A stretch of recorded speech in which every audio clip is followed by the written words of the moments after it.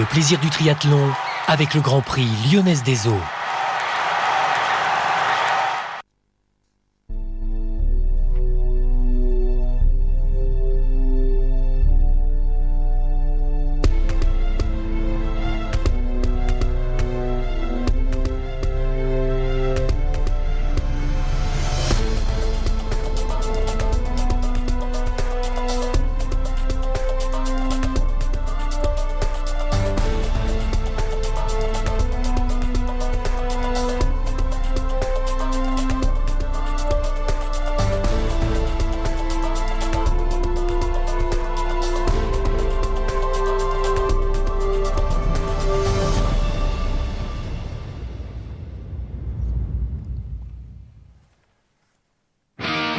Deuxième rendez-vous de la saison de Grand Prix FFT Lyonnaise des Eaux après le premier rendez-vous de Nice à la fin du mois d'avril. Grand écart géographique pour la caravane, direction pour André Hewitt et ses coéquipières comme pour tous les autres participants de ce Grand Prix. Direction Dunkerque, le nord de la France, la mer du Nord. Conditions de course quasi idéales, grand beau, un peu d'air malgré tout. Et la présence d'Emma Moffat au sein de l'équipe de Charleville, double championne du monde qui dit qu'elle est là depuis une semaine en France. Petit stage à Aix, elle est ravie de participer à ce Grand Prix FF3. Ça va être une course assez difficile avec un parcours de natation avec une bouée, la première bouée à 200 mètres, donc il faudra fighter. Et nous on vise par équipe, on vise entre la 4e et la 6e place pour se maintenir sur le podium. C'était déjà une surprise la première étape de finir 2e, donc on essaiera de se maintenir, on espère. On ne parle pas de première place et pour cause. Poissy paraît invincible du côté de ces dames. Poissy qui mène donc le classement général à l'issue de la première étape. Donc c'est vraiment une nouvelle donne pour nous aujourd'hui. Un appétit toujours aussi dévorant depuis de nombreuses années. On a toujours envie de rester sur le podium. Donc on va faire ce qu'il faut pour essayer d'y rester encore aujourd'hui. Ça va être un peu plus compliqué qu'à Nice à mon avis, mais les filles sont prêtes, elles ont envie de se donner à fond, donc on va voir. Les places sont chères pour accéder au podium. Sprint pour tout le monde, 750 mètres de natation dans le bassin du commerce. Ensuite 20 km à vélo, 5 boucles à effectuer. Et attention, il faudra tenir compte du vent présent. 5 km à pied pour en terminer. Là aussi, 2 boucles et une température assez fraîche. Départ pour ces demoiselles donc dimanche dernier, 11h30 du matin. Conditions, je vous le disais, quasi idéales, bien sûr, pas trop chaud, température assez douce. Il faudra jongler avec la densité des athlètes présentes, avec la qualité des athlètes présentes, parce qu'il y a du très beau monde engagé. Voici, au sein de l'équipe, bien sûr, André Hewitt, Carole Péon, Jessica Harrison, Erin Densham ou encore McIlroy. Et puis, je vous le disais tout à l'heure, Charleville présent au grand complet, Dittmer, Groff, Hollande, Moffat, Epi. Ça risque d'être une belle bagarre en perspective pour ce qui concerne la natation pour l'instant. Donc 750 mètres à parcourir avec une petite empoignade. Fabienne Saint-Louis le précisait tout à l'heure, au bout de 200 mètres, première bouée à virer à main gauche, ça se bouscule un petit peu, il faut y trouver sa place. D'habitude, logiquement, on trouve à cet emplacement en tête de course Lucie Hall, la briviste. C'est elle qui a tendance à emmener les autres compétitrices dans ses pieds. Cette fois-ci, elle n'est pas présente, la jeune Britannique de Brive. C'est une autre athlète, en l'occurrence une Allemande, celle de Châteauroux, Svenja Balzen, qui prend le meilleur à cet instant précis de la compétition. Sur le reste des compétitrices, on retrouve pêle-mêle dans son sillage Gaia Perron de Parthenay, l'italienne, Emma Moffat bien sûr, l'australienne de Charleville, ou encore Emma Jackson, l'australienne. Il y a aussi les Pissiacaises au bonnet jaune, Carole Péon, Jessica Harrison, des athlètes qui vont sous nos yeux en découdre donc pour ce deuxième rendez-vous de la saison. Elle est sortie de l'eau, Svenja Balzen en 9 minutes et 52 secondes, devant donc l'italienne de Parthenay, Perron, et devant Emma Moffat notamment. Elles arrivent groupées dans l'aire de transition, la première de cette matinée au programme. Quelques mètres d'avance pour la jeune Allemande donc de Châteauroux. On enlève la combinaison dans les règles de l'art. Attention à ne pas prendre de pénalité idiote à cet instant précis de la course. On remarque une évidence, c'est que l'équipe de Poissy est au grand complet à cet instant précis. Au grand complet sur la gauche de votre écran, avec leur tenue bleue et jaune, reconnaissable. Et Micha Héron, à son tour, du Lagardère Paris Racing, qui quitte l'aire de transition. Il va y avoir un groupe d'une certaine densité, à peu près 15-16 athlètes qui vont attaquer les 20 km de ce parcours cycliste ensemble. Deuxième rendez-vous donc de la saison, ici à Dunkerque. Les temps natation réalisés par ces demoiselles. Vous voyez, sortie de l'eau dans un mouchoir de poche. Rien n'est fait. Position de recherche de vitesse. Rapidement pour Balzen, qui a pris une 26e place lors de la première étape de la saison des séries mondiales. C'était à Sydney en début d'année. Et le groupe dont je vous parlais il y a quelques secondes, 5 Pissiakaises en son sein, Andrea Hewitt, Kate McIlroy, Erin Densham, Carole Péon, Jessica Harrison, 4 athlètes de Charleville, Vicky Holland, Sarah Groff, Anya Dittmer, Emma Moffat, 3 Castelroussine, Balzen, Lisk et Nivois.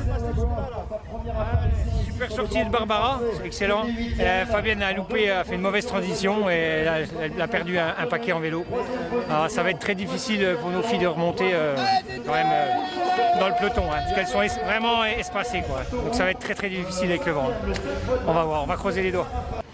Barbara, bien sûr, il s'agit de la Chilienne Barbara Riveros de Val-de-Grès, qui est la seule représentante de son équipe au sein de ce premier peloton.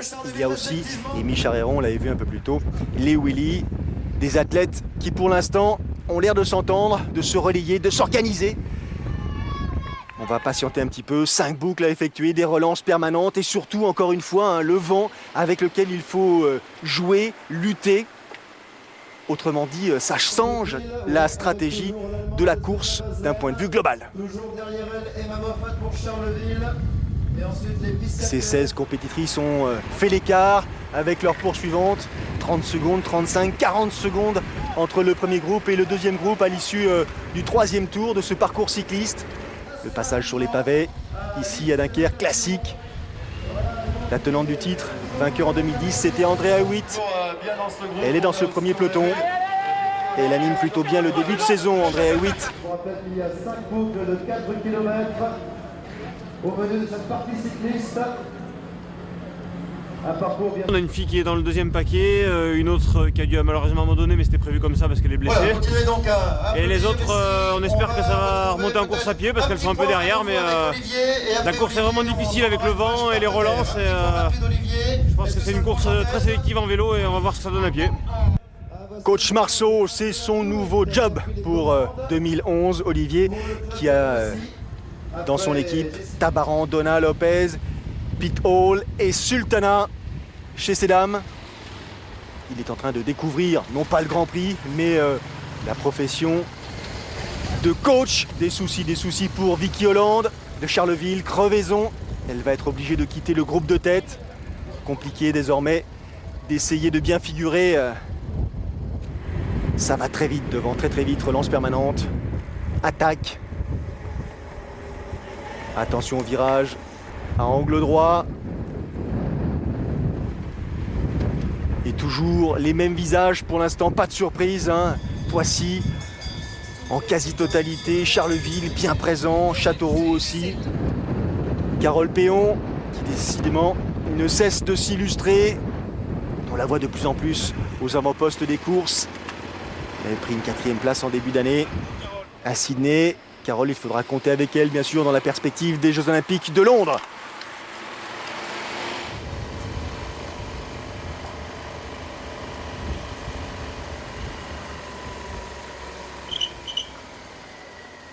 Fin du parcours cycliste. Elle s'apprête à en terminer donc, attaquer la deuxième transition au programme de leur journée. Et à l'issue de ce moment le plus bref possible, il faut en finir avec les 5 km à pied. Carole Péon en plein milieu de votre écran avec sur sa gauche Anya Dittmer désormais sous les couleurs de Charleville. Dans la foulée de Carole Péon, Jessica Harrison et à droite, couleur bleu et jaune toujours, Floquet Poissy, Andrea Hewitt. 4e Pissiakaises, Kate McIlroy. Elles sont 4 désormais. Erin Densham a sauté comme on dit. Carole Péon, Jessica Harrison et Barbara Riveros sont les 3 plus promptes à se sortir de cette ère de transition. Derrière, un peloton qui va faire l'effort pour revenir, sans doute. Regardez les écarts. Là aussi, rien de significatif. Au contraire. Et c'est vous dire à quel point ce Grand Prix est incertain. Le gabarit d'Erin Densham avec Sa tenue aux couleurs de Charleville-Mézières. Elle, la double championne du monde 2009 et 2010. L'Australienne devant Barbara Riveros, la petite Chilienne. Jessica Harrison et puis Carole Péon. On reconnaît également Émile Charéron, André Hewitt à l'intérieur plutôt. Ça s'accroche et en fin de peloton, la jeune Australienne Emma Jackson de Parthenay, championne du monde des moins de 23 ans, très rapide Emma Jackson, surtout promise sans doute un très très bel avenir. Ça se dessine un tout petit peu mieux. Devant, elles sont 3 à avoir fait l'écart. Moffat, Riveros et Andrea Hewitt. On a vraiment l'impression de se retrouver sur une étape des séries mondiales. Une Australienne, une Chilienne et une Néo-Zélandaise. Pour l'instant, quasiment foulée contre foulée. Et encore une jeune Australienne qui fait l'effort. Emma Jackson, elle qui a été lâchée au départ de ce parcours pédestre.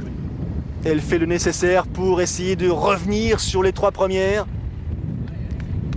Toute jeune triathlète, très brillante.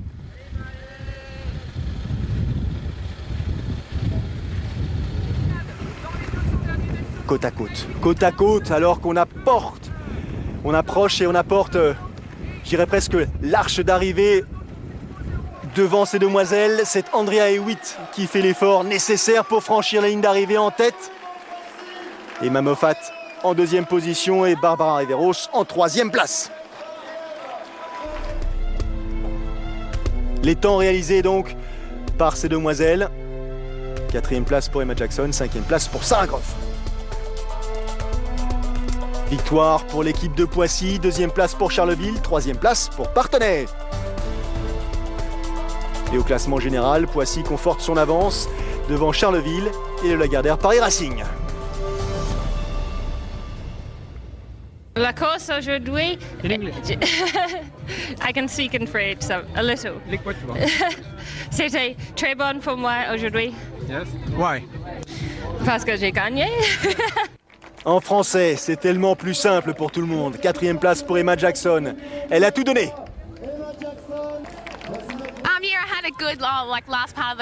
Ah oui, j'ai eu une très très belle course. J'ai cru jusqu'au bout que j'allais pouvoir revenir sur le groupe de tête, mais ça a été insuffisant. Il m'a manqué quelques mètres. Je suis déçu, mais ravi en même temps. Allez, rendez-vous avec ces messieurs après le départ de ces dames. Quelques heures après, les Lascars au grand complet pour ce 2e rendez-vous de la saison. Poignée de main entre Lecor et Brandley, Alistair en l'occurrence. Oui, ça commence bien là pour moi, donc c'est bien. Ouais. Qu'est-ce qui a changé par rapport à l'année dernière? Plus d'expérience parce que ça fait que 2 ans que je fais du triathlon, donc il y a juste l'expérience qui compte quoi, et un peu plus d'entraînement. L'entraînement, l'expérience, les résultats. Brice Debord, lui aussi, peut se vanter de quelques belles perfs récentes. On revient avec le même esprit et on espère encore faire mieux aujourd'hui parce que on a une équipe régulière. À Nice c'était bien et là on espère vraiment encore se rapprocher du Racing qui a une belle équipe, mais on va tenter de rivaliser le plus possible. Le retour, ou presque, de Laurent Vidal à la compétition après ses petits déboires. C'était en début de saison, on l'avait vécu sur Sport Plus, à Sydney, petit malaise pour Laurent, quelques semaines d'arrêt. Il a soufflé, l'a récupéré et il revient. C'est pas vraiment des soucis de santé en fait, j'ai fait tous les tests que j'avais à faire, il n'y a pas de problème de santé, simplement on va dire que c'est un truc que j'avais pas trop géré et j'espère que ça va bien se passer. En tout cas j'étais entre les mains des meilleurs spécialistes qui m'ont donné l'aval pour recourir. Un peu de stress aujourd'hui pour revenir à la compétition, mais je veux dire, je savais que j'étais tout le temps en forme. Maintenant on va voir comment ça va se passer sur la course. 6 semaines un peu d'arrêt avec une bonne équipe aujourd'hui et puis on va se donner à fond pour faire un bon résultat pour le club. Alors il vaut mieux qu'il y ait une bonne équipe au sein du Lagardère Paris Racing parce que du côté de Sartrouville, le favori de ce championnat, vainqueur donc de la première étape à Nice, il y a les 2 frères Brandley, il y a Javier Gomez, il y a Richard Varga, Étienne Dimanche, autrement dit une équipe redoutable et redoutée. C'est parti donc, 14h30, ce même dimanche 22 mai, même bassin du commerce, 18 équipes de division 1 pour ce qui concerne ces messieurs. Même bouée, même position, 200 mètres de sprint, on donne tout ce qu'il faut, on essaie de trouver une place devant, même si par habitude, on sait que c'est Raoul Chaud de Saint-Raphaël qui mène la danse, qui donne le ton. Petite différence cette fois-ci, Raoul Chaud, il a un concurrent direct, bonnet à Nice, Dossard 4 en l'occurrence, Richard Varga de Sartrouville, là qui a plutôt été malin sur ce passage de bouée, il a réussi à prendre l'intérieur. On s'aperçoit du vent qui souffle ici, entre 30 et 35 km/h de vent. Pas de difficulté majeure bien sûr pour ce qui concerne la partie natation, c'est à vélo que ça devient beaucoup plus problématique. Très très belles images là qui nous permettent d'évaluer la densité du peloton, même si avec ce plan plus aérien, on s'aperçoit qu'il est un peu plus étiré. Allez, on en termine avec les 750 mètres de natation et toujours Raoul Chaud avec dans ses pieds Richard Varga. Et dans leur foulée ou presque, Pujade, les frères Brandly, Joao Silva, Alessandro Fabian, Tony Moulet, Javier Gomez, des habitués. Sortie de l'eau. Raoul Chaud, 8,54. Richard Varga, 8,55. Allez, une quinzaine de mètres, une vingtaine de mètres les séparent de Anthony Pujade, des Sables Vendée qui en termine à son tour, 9 minutes 06. Et puis Jonathan Brandly, Alistair Brandly. Donc une grosse dizaine de secondes entre les deux premiers, Chaud, Varga et leurs poursuivants immédiats. Il faut qu'ils en profitent.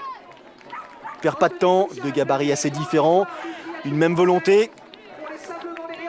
Essayer d'accroître cet écart, d'en bénéficier pour le parcours cycliste, peut-être d'essayer ensemble de faire la différence, on va voir ça. Anthony Pujade sous nos yeux et c'est Raoul Chaud le premier qui s'extrait de la transition. Le gaillard de Saint-Raphaël avec Richard Varga, assez basque. C'est parti pour 20 km, 5 tours, des relances, du vent, des freinages. Il faut rester attentif, concentré d'un bout à l'autre.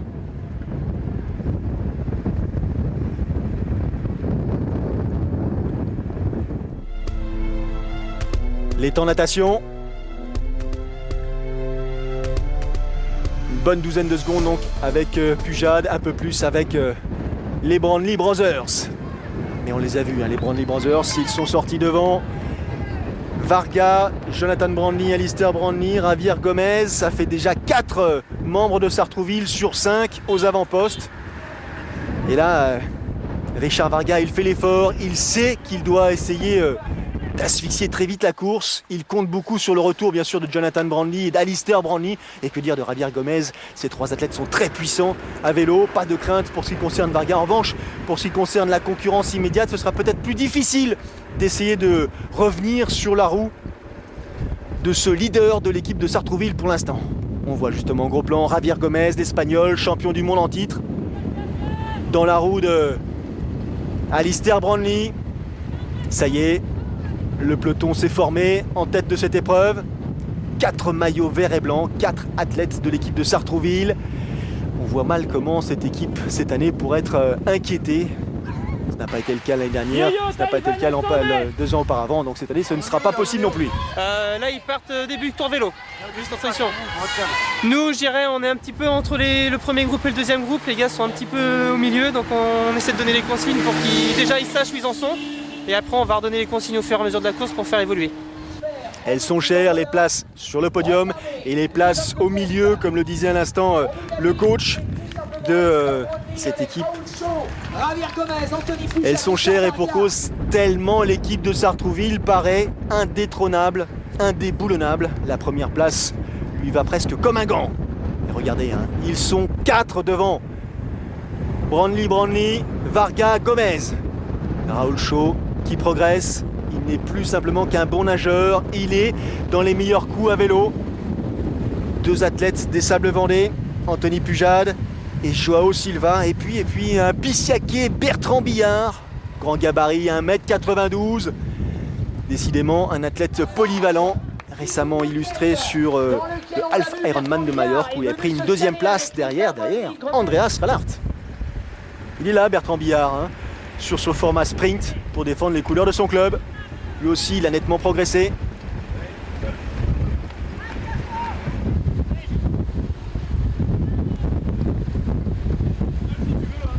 C'est difficile là, il faut lutter face au vent. Trouver sa position, essayer de se protéger un tant soit peu, récupérer. 45 secondes entre les leaders et le groupe de poursuivants. Difficile d'imaginer un retour de ces athlètes. Regardez les arbres, hein. Franchement secoués, et au sol, ce sont les feuilles qui sont balayées. Et pourtant, il fait l'effort. Il essaie, Bertrand Billard. C'est lui qui est à l'initiative de cette échappée. Grand gabarit encore une fois. Grande prise au vent, mais là, il se couche bien sur son vélo, le Pissiaquais, pour essayer de faire la différence. Il écrase les pédales. Le passage de nos athlètes avec Bertrand Billard. Assez efficace. Belle perf pour l'instant, encore un tout petit tour à effectuer, 4 km à vélo derrière. Il ne donne pas le sentiment de pouvoir revenir pour l'instant, mais est-ce qu'il aura la force nécessaire, les ressources nécessaires, Billard, pour aller jusqu'au terme de cet effort? Lui qui a changé récemment d'équipementier pour ce qui concerne son vélo. Il roule sur un G-Max.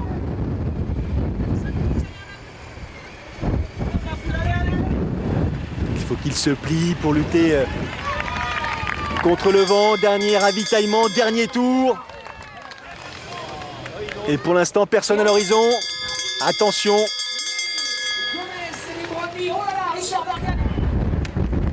Ils prennent les relais, ils sont agressifs et finalement ils parviennent à combler l'écart qui les séparait de Bertrand Billard, Gomez, les deux frères Brandly et Richard Varga. Stratégie d'équipe payante, efficace, comme jusqu'à présent depuis maintenant, je dirais presque 2 pleines saisons.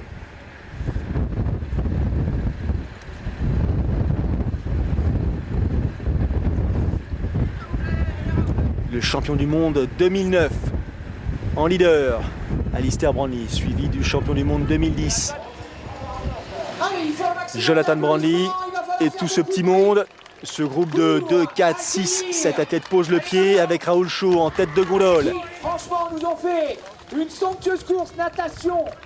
Pujade, Silva, Billard complète ce groupe qui va attaquer maintenant les 5 km qui leur reste à parcourir avant le franchissement de cette ligne d'arrivée. Raoul Chaud, décidément, premier à la sortie de l'eau, premier dans l'aire de transition après le parcours cycliste, premier à s'extraire de l'aire de transition.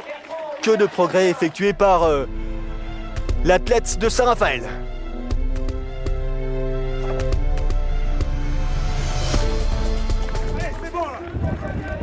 Et là, il n'y a pas grand-chose à dire, hein, si ce n'est assister à la pointe de vitesse, à l'accélération, à la sérénité d'Alistair Brandly avec dans sa foulée son jeune frère Jonathan. Joao Silva qui essaie de s'accrocher. Et en l'espace de quelques hectomètres, un écart déjà conséquent. Javier Gomez en 3e, en 4e position, un peu plus loin. Il y a aussi Anthony Pujade et là il souffre. Bertrand Billard, c'est beaucoup plus difficile. Il a sans doute laissé quelques forces dans son parcours cycliste et dans sa tentative d'échapper. Très concentré, sûr de son fait presque.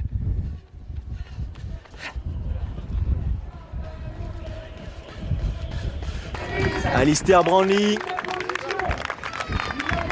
Jonathan Brandly dans sa foulée. Les deux frangins vont franchir la ligne d'arrivée presque de concert. Alors, se sont-ils donné comme consigne de franchir cette ligne main dans la main? Est-ce que l'aîné des Brandly va faire l'effort nécessaire pour attaquer dans les derniers mètres et s'adjuger cette victoire? L'an passé, c'était son jeune frère Jonathan qui s'était imposé ici à Dunkerque. Cette année, donc, c'est Alistair qui, au terme de cet effort et de ce sprint presque, va donc franchir la ligne d'arrivée en tête de cette épreuve et s'imposer dans un temps de 56 minutes et 30 secondes. Deuxième place pour Jonathan Brandly, toujours 56-40. Troisième place pour le Portugais des Sables Vendée, Joao Silva, 57 minutes tout rond.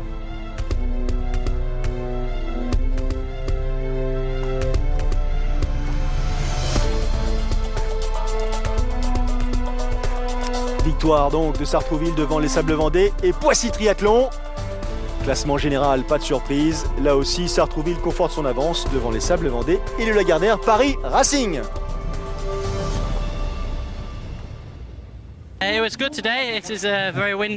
C'était une super course, même s'il y avait effectivement beaucoup de vent. On s'est bien entendu, on a bien organisé notre compétition et je pense que c'est un résultat normal. Il y avait pas mal de vent. Donc faut être plutôt costaud à vélo, ça laisse des traces en plus pour courir derrière. Moi j'en ai profité pour faire le forcing dès le premier tour et rentrer sur le premier pack tout seul. Ensuite j'ai tenté de partir, ça n'a pas marché mais j'ai montré le maillot. Je termine sur une belle 5e place, donc c'est bien pour l'équipe. Ambitieux, Bertrand Billard, bravo. Prochain rendez-vous le 9 juillet, ce sera à Paris, au pied de la Tour Eiffel. Salut!